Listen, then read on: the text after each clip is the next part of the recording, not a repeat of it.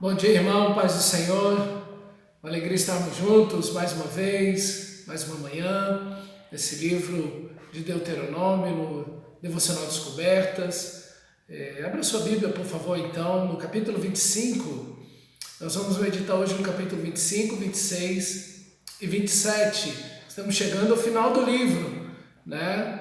E assim, um livro impressionante, um livro que mostra como essa segunda geração vai conquistar, uma segunda geração de vitória, uma segunda geração que viu a derrota dos seus pais no deserto, mas que agora, orientada por Moisés e Josué, seguirá a conquista da terra. Então é um livro que mostra como o povo de Deus deve viver em triunfo, quais são as atitudes, o comportamento, as decisões que o povo de Deus deve ter para viver uma vida triunfante por meio da graça de Deus. Então, vamos iniciar esse texto, capítulo 25, e a primeira coisa que eu gostaria de observar com você nesta manhã, meu irmão, nesse texto, é que o capítulo 25 começa falando sobre atitudes que levam ao açoite de pessoas que são adultos e que são pegas em certas situações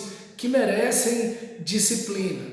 Deve ser muito triste ver uma situação dessa, um adulto, um homem, um jovem, tendo que apanhar dos juízes da cidade e tomando até 39 chicotadas ou até 40 chicotadas, e para que não se extrapolasse a lei, então os judeus davam apenas 39 para não ter erro de extrapolar 40 varadas ou chicotadas, né? Então deve ser muito triste você ver um adulto passar por uma coisa dessa. É muito triste quando a gente olha jovens e homens e mulheres, adultos, que não aprenderam lições básicas na vida. E aqui nós temos uma grande oportunidade, você pai, você mãe, né? Você avô, que tem como influenciar, você que cuida de alguma criança, enfim, tome essa criança em suas mãos, ame essa criança, ore por ela, mas ensine essa criança. Nós precisamos estabelecer valores mínimos na vida de uma criança. Nós precisamos colocar valores morais, é o mínimo moral, né? Nós precisamos estabelecer na vida dessa criança princípios, valores que vão nortear a vida dessa criança, esses princípios onde ela vai caminhar de acordo com a vontade de Deus, com a palavra de Deus e também de acordo com aquilo que é correto, que é justo, que é honesto, socialmente falando. Nós não podemos permitir que a criança vá crescendo com um caráter, com um temperamento deformado, que está nutrindo e está sendo recorrente em erros, em palavras, em ações e às vezes também em omissões. Nós não podemos ser convenientes, nós não podemos concordar com isso na vida dessa criança, desse adolescente. Então ame, ore e discipline até que você veja mudanças, não aceite simplesmente, não, o temperamento é esse, o caráter é esse, então deixa essa criança, deixa esse adolescente desse jeito. Olha, se você não disciplinar o seu filho, se você não ensinar o seu filho, se você não corrigir o seu filho, se você não colocar limites no seu filho, ele os receberá da sociedade. Ele vai receber isso das autoridades, ele vai receber isso da polícia, ele vai receber isso de alguém. Não é possível que uma pessoa vá crescendo e um cristão permita que seu filho cresça sem o mínimo moral, sem esses valores mínimos para viver em sociedade, como a verdade, a honestidade, o trabalho duro, né, a justiça, o direito, enfim. Você não pode aceitar isso, você não pode aceitar que seu filho simplesmente tire as notas baixas e você acha que isso é normal, né? Que ele seja um medíocre na escola, ele tira 50% e tudo. Você não pode deixar que seu filho fique horas e horas no videogame ou na televisão, enfim, você acha que isso é normal. Você não pode aceitar essas coisas, você precisa estabelecer na vida do seu filho, né, esses valores de trabalho duro, de estudar, de se responsabilizar, de se espalhou vai catar, desde muito pequeno, né, de ser responsável, de colher as consequências das suas próprias atitudes. Você não deve cobrir o seu filho, ele deve assumir aquilo que ele fez, seja de certo, seja de errado. Precisa ver aí essa responsabilidade, isso vai levar à maturidade. Então aproveite esse momento enquanto seu filho é pequeno. Pastor, meu filho já é grande, o que eu faço? Deixa ele assumir os erros dele, chame-o, diga que você errou, diga que você falhou no processo e que você não vai falhar mais, e que você vai levar o seu filho, ainda que ele já seja adulto, à maturidade, e que você não vai ser mais confidente com essas atitudes e situações que ele faz, mas que você vai tomar uma postura da agora para diante, em que você vai fazer aquilo que é certo e não vai aceitar da parte dele nada do que é errado. Então assim, e claro, fazer isso, arrancar uma erva daninha quando ela está pequena é muito mais fácil do que tentar tirar uma árvore inteira depois de grande. Então, você tem um filho pequeno, consiga tirar essas coisas com mais facilidade, né? A criança está mais maleável. E se adulto, chama um guindaste, tira essa árvore, porque isso não vai fazer bem a ninguém. O texto segue e vai falar da lei do levirato, que era uma ação de bondade e misericórdia para com o seu irmão, né? A ideia daquele momento era que seu irmão, né, que não teve filho, pudesse ter filhos através do seu irmão mais velho. Então, um irmão morreu, então o irmão mais velho ou o seguido dele tomaria a esposa do irmão falecido, né, a sua cunhada, e teria relações sexuais com ela, e então ela teria filhos, e esses filhos seriam do seu irmão, né? E não apenas teria relações sexuais com ela, mas acolheria, a sustentaria, daria todo o amparo financeiro, emocional, e assim, para a gente é meio estranho, né? A gente olha um negócio desse e fala, meu Deus, que negócio estranho é esse? Né? Mas dentro daquela sociedade, dentro daquele momento histórico, né, essa mulher ficaria em vulnerabilidade, dificilmente conseguiria contrair um outro matrimônio, né? Talvez a família dela, o pai e a mãe, não a aceitaria de volta. O destino dessa mulher era realmente muito difícil numa situação dessa, e um homem naquela época com uma diferença tão grande de idade, né, pelo menos 15 anos mais velho do que sua esposa, porque um homem casava com 30, a menina casava 6 meses depois da primeira menstruação, entre 12 e 15 anos a menina estava casando, você imagina, e a expectativa de vida de um homem naquela época era de 40 anos de idade, quer dizer, em média 10 anos depois de casado, uma mulher dessa já estava viúva, aí com seus 22, 25 anos de idade, mulher jovem, na flor da idade. Como é que você faz, né? Como é que essa situação se resolve? Então o levirato era uma maneira de honrar a memória do seu irmão, né? E também acolher aquela viúva e dela suscitar filhos em memória ao seu próprio irmão, né? Uma atitude de amor, de misericórdia, de bondade com a família do seu irmão, né? E não era simplesmente ter relação sexual para ter filhos, mas era de fato acolher aquela viúva, acolher aquela mulher naquela situação de vulnerabilidade. Deus sempre está pensando na parte mais frágil. Vê que a maioria das leis, elas estão ligadas ao órfão, à viúva, né, ao pobre, ao necessitado. Por quê? Porque são pessoas que precisam de amparo, de acolhimento, estão em situação de fragilidade financeira, emocional, social, então precisam de ser acolhidos pelos mais fortes, por aquelas pessoas que estão em uma situação mais estável, né?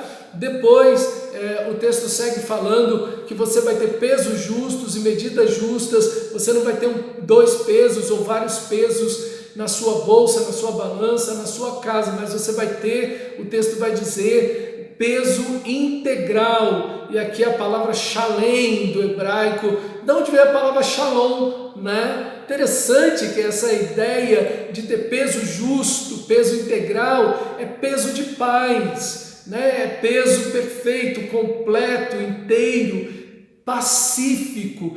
Por quê, irmão? Porque não há uma sociedade que seja feliz, onde todo mundo está trapaceando, onde todo mundo está dando um tombo em todo mundo, né? E naquele momento era muito complicado você, quando diminuía o peso, né? Ou aumentava o peso ali para o pobre, aquilo lhe fazia falta, aquilo realmente era algo que o faria passar fome, passar necessidade junto com os seus filhos.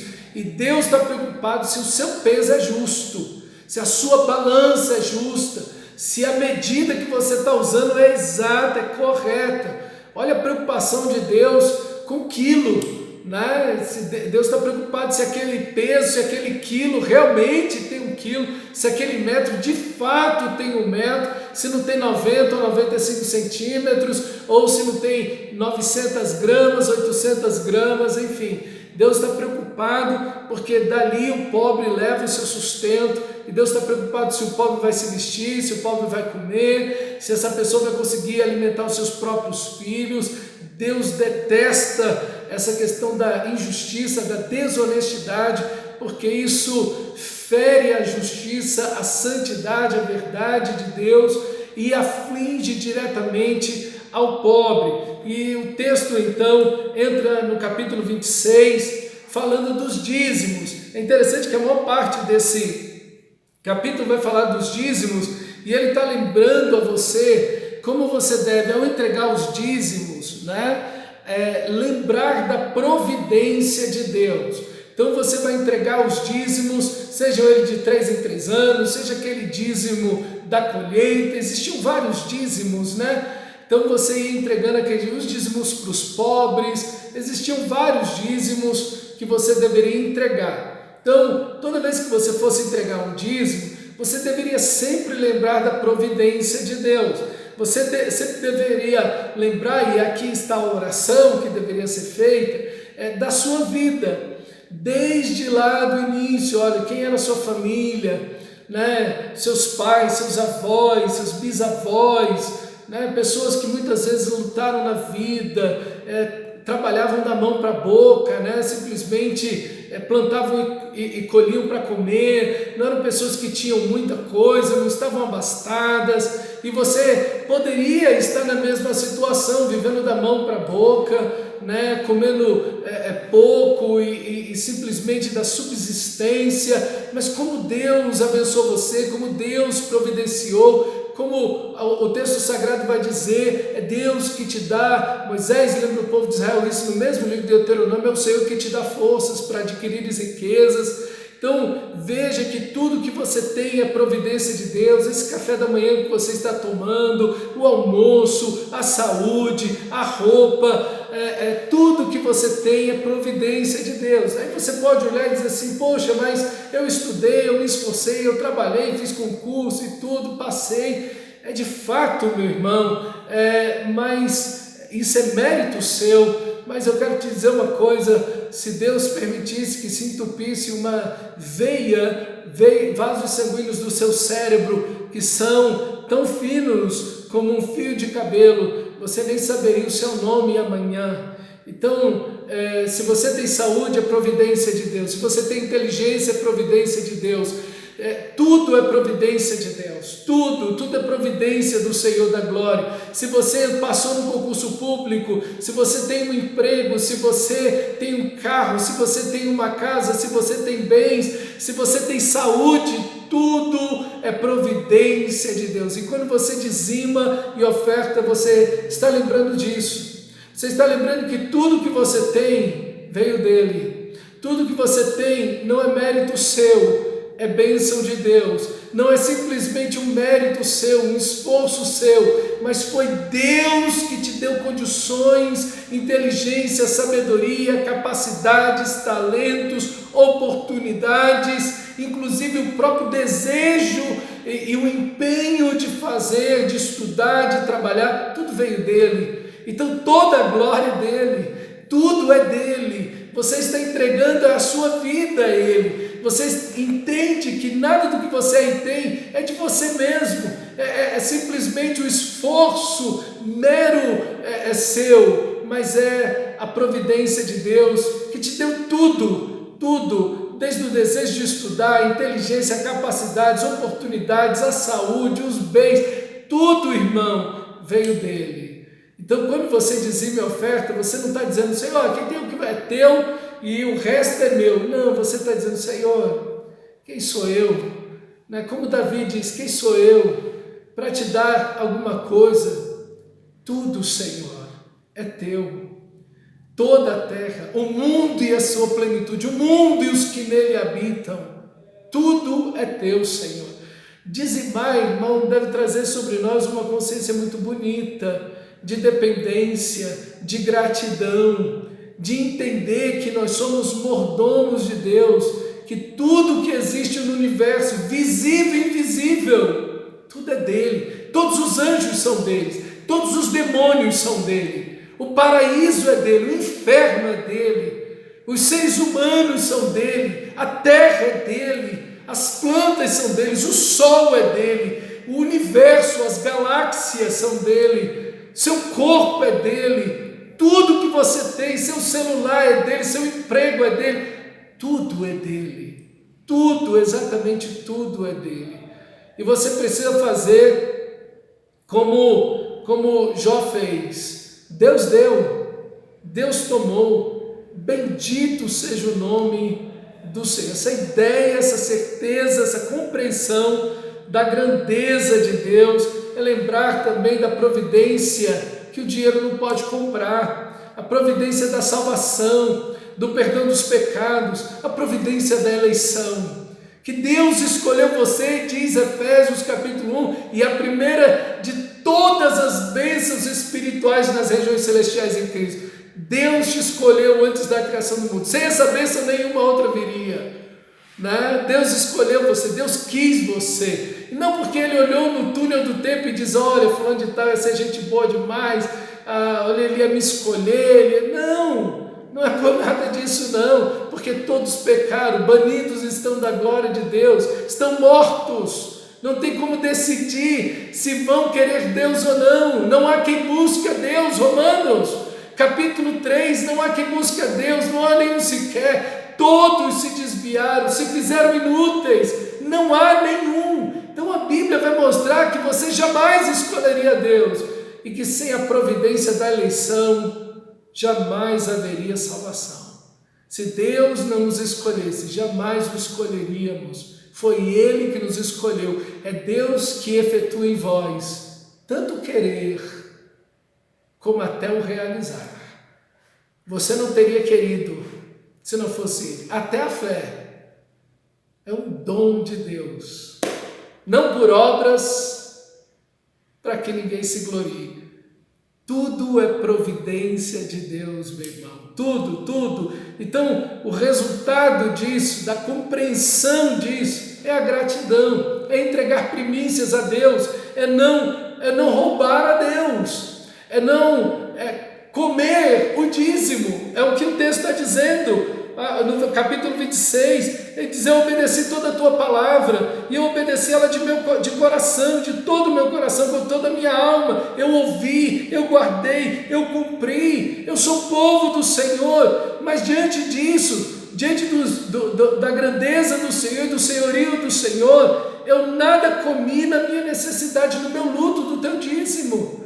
O teu dízimo, Senhor, é sagrado e é representação viva, tangível, palpável da minha dependência, da minha gratidão do Senhor. Então eu não comi dele quando eu estava de luto, quando eu necessitei, eu não comi, eu entreguei ao Senhor, eu confiei no Senhor. Lembra daquela mulher viúva, né? Aquela pobre que estava lá ofertando 2 moedas e ela ofertou mais do que todos? Exatamente isso. Ela, na necessidade dela, poderia ter comido aquilo, dava uns 5 pães, aquele dinheiro mais ou menos naquela época, e ela foi e tinha tudo, era tudo que ela tinha, e ela ofertou ao Senhor, ela confiou no Senhor, e com certeza Deus a supriu, Deus, e Cristo estava olhando aquela atitude de fé, de gratidão, de adoração e de confiança no Senhor da glória. Nem quando eu estava imundo eu comi dos dízimos em situação alguma, e nem peguei os dízimos para oferecer no culto aos mortos, que eram os cultos da época, os cultos pagãos.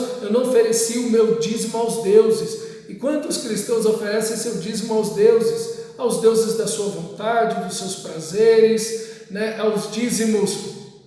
Os dízimos entregues muitas vezes a situações de necessidade, e são infiéis a Deus, quando deveriam ser fiéis a Deus na necessidade, ser fiel no pouco, ser fiel no muito, ser fiel nas situações difíceis, duras, apertadas, serem fiéis na abundância, na abastança, mas não. Entenda, irmão, jamais haverá bênção de Deus aí, porque nisso não há fé, nisso não há gratidão, nisso não há honra a Deus, e você não pode esperar que Deus abençoe a infidelidade. Então, que você aprenda com esse texto, meu amado irmão, a ser fiel ao Senhor, acima de tudo obedecendo sua palavra, mas sendo fiel a Ele, sendo grato a Ele, não tocando naquilo que de fato pertence ao Senhor, lembrando que você está celebrando a providência de Deus quando você dizima. Você está celebrando tudo que Deus é e fez por você, tanto do material quanto do espiritual. Tudo é dele, você depende dele, confie nele, né? Aquele que rasgou o seu filho na cruz por você, que fez o seu filho em pedaços por você na cruz.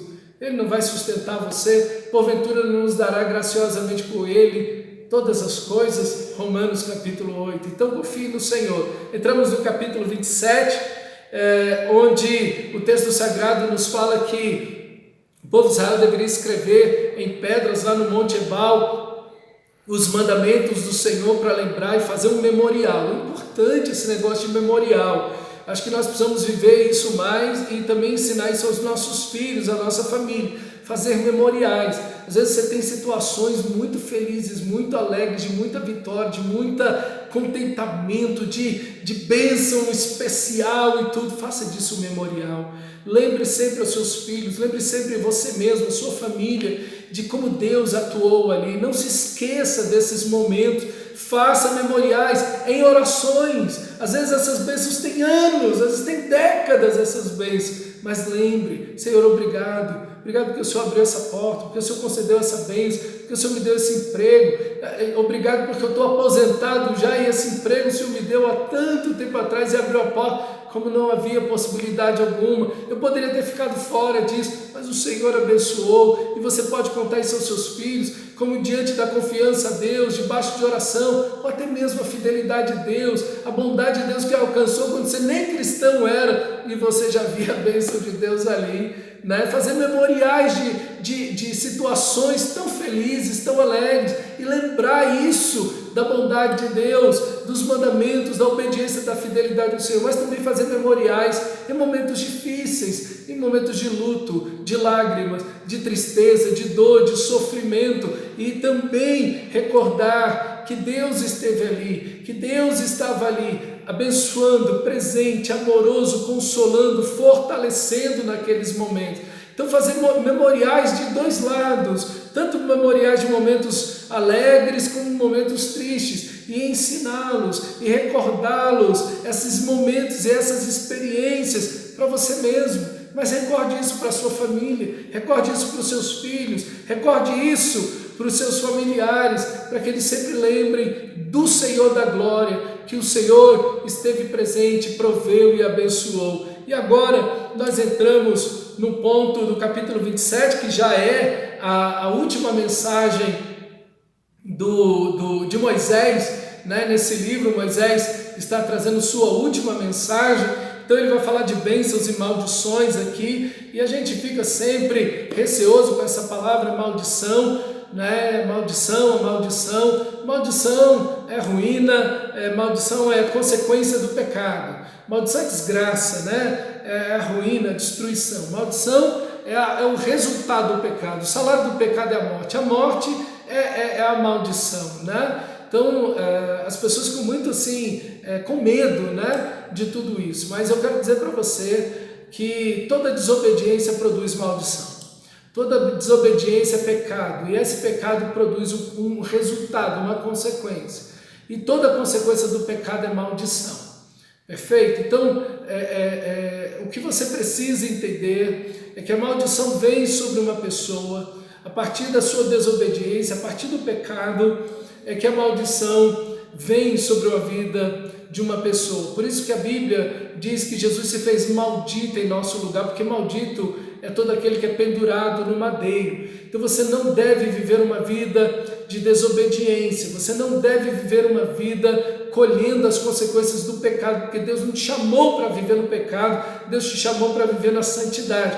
Então, meu irmão, vá banir da sua vida, em nome de Jesus, toda desobediência, para que você viva aquilo que Deus quer que você colha, que são as bênçãos de Deus e não a maldição. Meu irmão, maldição é maldição no Antigo Testamento ou no Novo. Você pode desobedecer a Deus, tanto no Antigo como no Novo Testamento, e você vai colher maldições. Deus não quer isso para a sua vida. Cristo se fez maldito, mas você pode viver maldições na sua vida por causa da desobediência, por causa da infidelidade que você tenha a Deus, a sua palavra. E muitas vezes a maldição, ela vem em forma de prosperidade.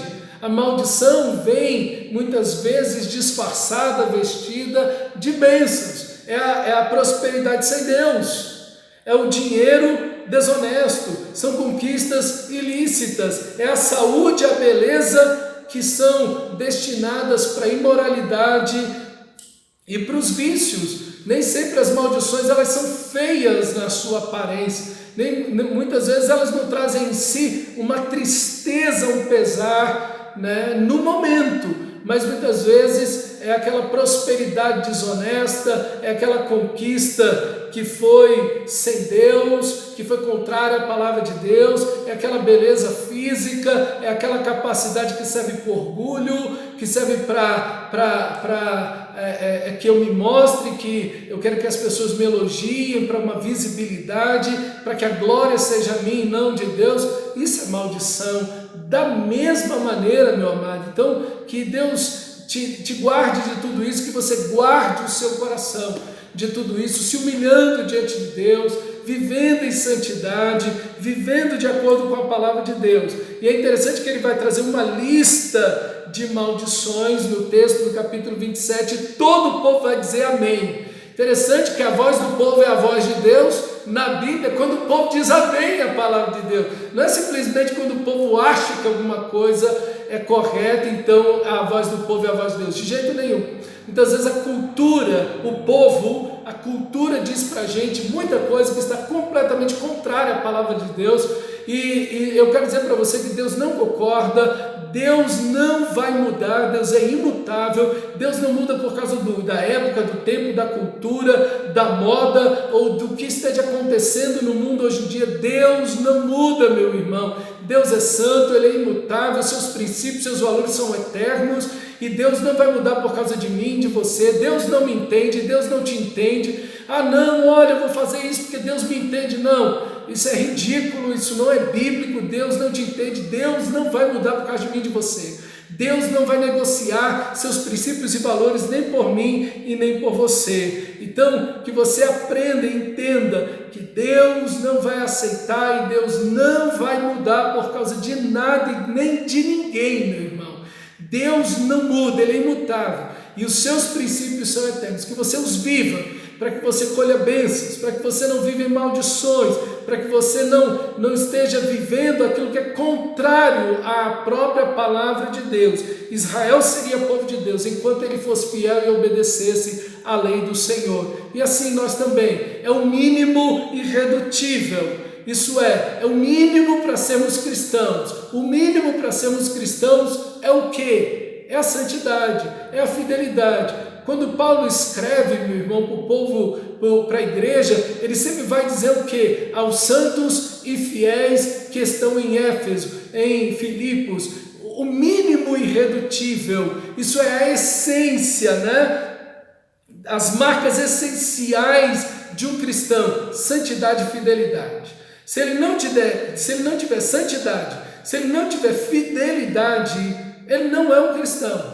É o mínimo irredutível, não dá para reduzir mais do que isso, não dá para negociar. É o mínimo para ser cristão, é isso. Como é que eu sei que alguém é cristão? A santidade, a fidelidade a Deus. Então, essa pessoa é um cristão.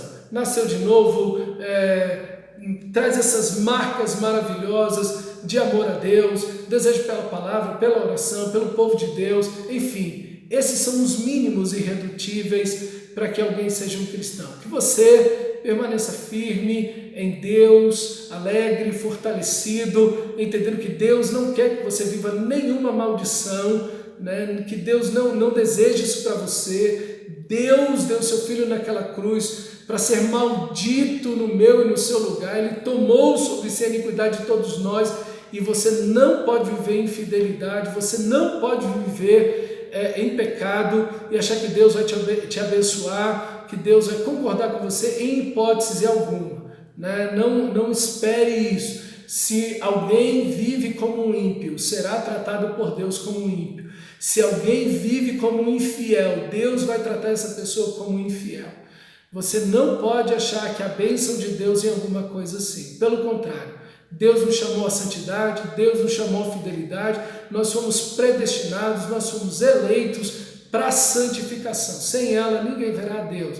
Então, meu amado irmão, o resultado de uma vida em Deus, o resultado da presença, do poder, da pessoa, da operação, da graça de Deus, do Espírito gracioso de Deus em nossa vida, do Espírito Santo, é uma vida de santidade, é uma vida de fidelidade. Que Deus te abençoe, meu amado, em nome de Jesus.